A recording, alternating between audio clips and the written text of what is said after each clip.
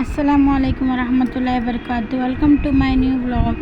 வாங்க இன்றைக்கி நம்ம ரெசிபி பார்த்துடலாம். ஹோட்டல் ஸ்டைல் குஸ்கா வீட்டிலே செஞ்சு அழகாக ரசத்திடலாம். வாங்க நம்ம பார்க்கலாம். நான் ஒரு சட்டி வச்சுட்டேன், அதில் எண்ணெய் ஊற்றிட்டேன். அதில் பட்டை, பிரியாணி இலை போட்டுக்கிறணும். வெங்காயம் போட்டு நல்லா வதக்கிக்கணும். வெங்காயம் எந்த அளவுக்கு வதக்குறோமோ அந்த அளவுக்கு நமக்கு கலர் வரும். இஞ்சி வெள்ளைப்பூடு பேஸ்ட்டு சேர்த்துக்கிறணும். அனியன், அப்புறம் நான் சின்ன வெங்காயமும் அதில் எல்லா மசாலாகளுமே பட்டை, லவங்கம், ஏலக்காய் எல்லாமே பேஸ்ட் ஆக்கி அதில் சேர்த்திக்கிறேன்.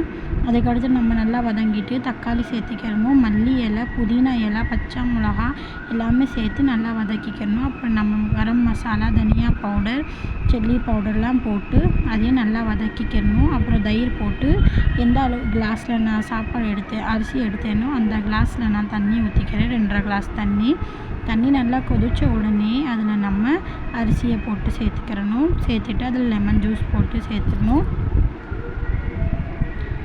சேர்த்துட்டு க்ளோஸ் பண்ணிக்கணும். அப்பப்போ நடுவில் எடுத்து கிளறணும். ரொம்ப ஓயாமல் கிளறணும்னா அரிசி உடஞ்சிரும்.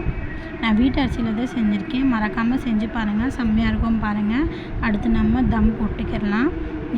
நான் தம் போட்டேன். அடுத்து தம் போட்டுட்டு ஒரு 15 நிமிஷத்துக்கு தம் போட்டுக்கிறணும் லைட்டாக. அதுக்கடுத்து தோசைக்கல்லில் வச்சு தம் போட்டு பாருங்கள், இறக்குனா சுவையான கமகமன் சாப்பாடு ரெடி. வாங்க சாப்பிடலாம். தேங்க்ஸ் ஃபார் வாட்சிங். அஸ்லாம்.